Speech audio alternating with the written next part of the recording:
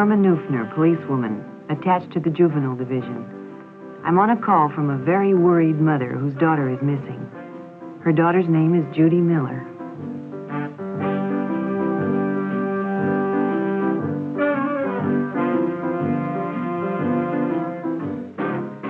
Judy enjoyed babysitting, but there weren't enough jobs among the people she knew, so she decided to advertise at the supermarket for extra work.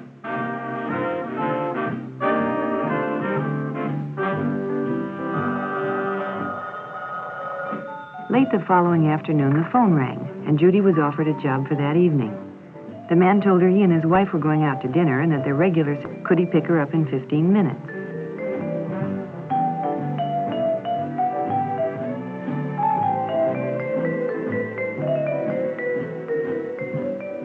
Judy's mother hadn't returned when it was time to go, so she left a message by the telephone.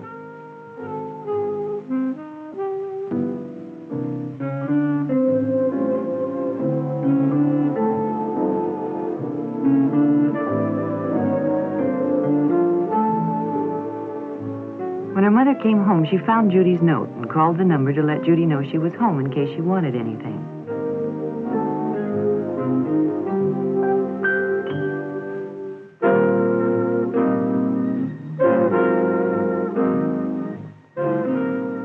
A woman answered, but she didn't know anything about Judy and told Mrs. Miller she must have the wrong number.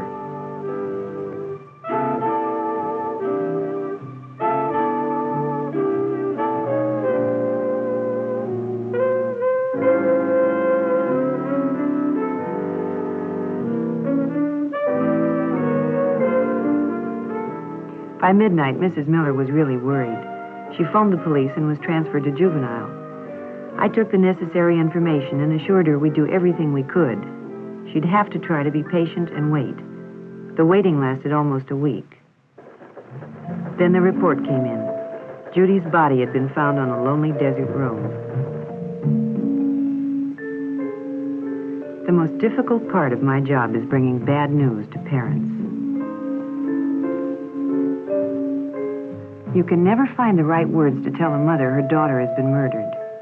Judy hadn't done anything wrong. She'd only been careless. Careless about whom she'd trusted. In itself, there'd been nothing wrong about advertising for a job, but it led her to trusting a person she knew nothing about. A mentally sick person who used her innocent ad as an introduction to his act of violence.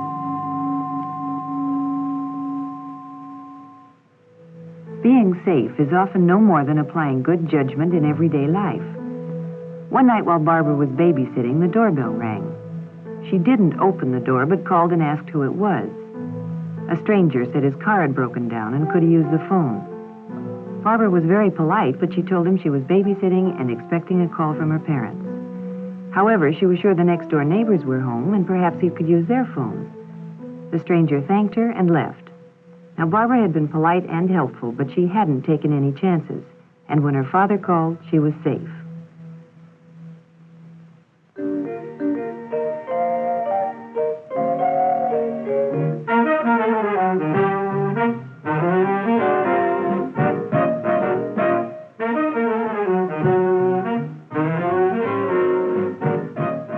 Friday night was movie time for Sally and Elizabeth. Their parents alternated weeks taking them and picking them up.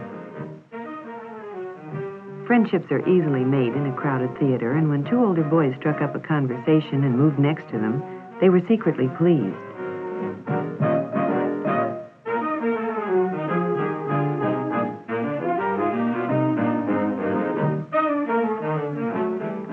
At intermission, Sally found it flattering to have her friends see her in the company of older boys, and when they asked if they could take the girls home, she was all for it. She asked Elizabeth to call her folks and tell them that they could ride with a friend's parents. Elizabeth was tempted, but decided it wouldn't be right. And Sally was disappointed.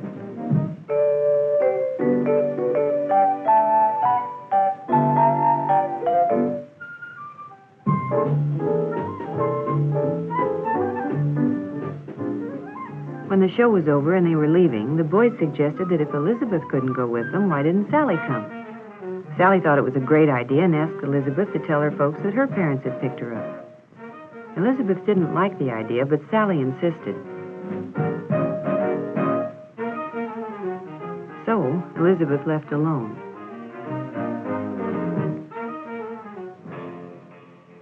Not any of the boys she went with had a car, so it was fun riding with the older fellows. But when they drove right past her house, she became concerned.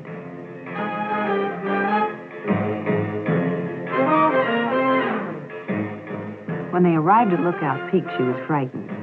She tried to convince herself there was nothing to worry about, but when they parked off the road, she knew she had gotten herself into something she couldn't handle. At midnight, her parents became alarmed and called the Nelsons. Yes, Elizabeth was home. Hadn't they picked up Sally? No, over an hour ago. Well, of course she could talk to Elizabeth. Between guilty tears, Elizabeth told what had happened. Sally had been found, dazedly walking down the road from Lookout Peak. It was a night they'll long remember. In fact, Sally may never be able to forget it. Often seemingly innocent places can turn out to be just where wrong associations are made. Mary met Robert at just such a place. Robert frequented the malt shop in his spare time, which was considerable, as he'd finished high school and didn't work. Here he sought out the company of younger teenagers because he wasn't accepted by those of his own age group. Mary and her girlfriend could always be found at the malt shop after school.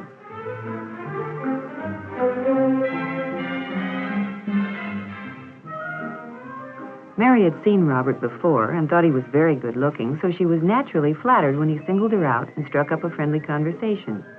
He was fun to talk to, and they discussed everything from cars to movie stars. When he offered her a ride home, she was only too happy to accept.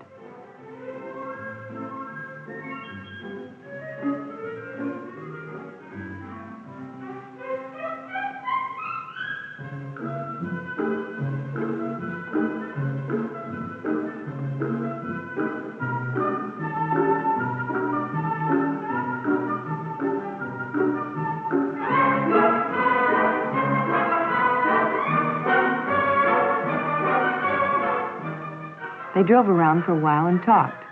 Mary was a good listener, and Bob enjoyed nothing more than talking about himself. Mary knew her mother would be upset if she came home with an older boy, so Bob dropped her at the corner.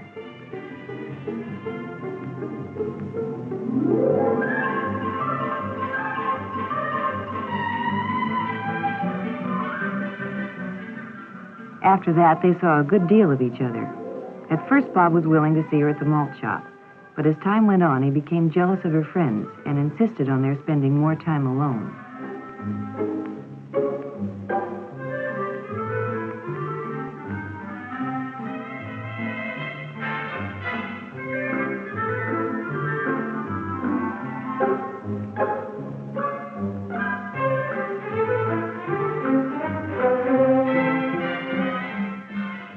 They began to go to secluded places, and their relationship became more intimate. Mary knew things were getting out of hand because Bob became more and more demanding, but not wishing to lose his friendship or the prestige she enjoyed from her friends for having an older boyfriend, she complied with his desire.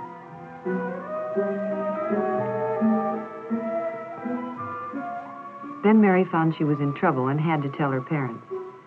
But now it was too late for advice, and Mary had to be taken out of school and placed under the guidance of juvenile authorities.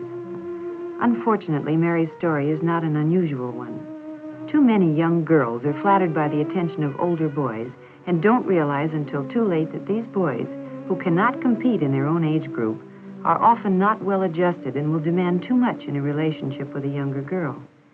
You see, it's often the things that are done without thinking that get young people into trouble. Trying to move too quickly into a world of grown-ups with a young person's faith often cause heartache and disaster.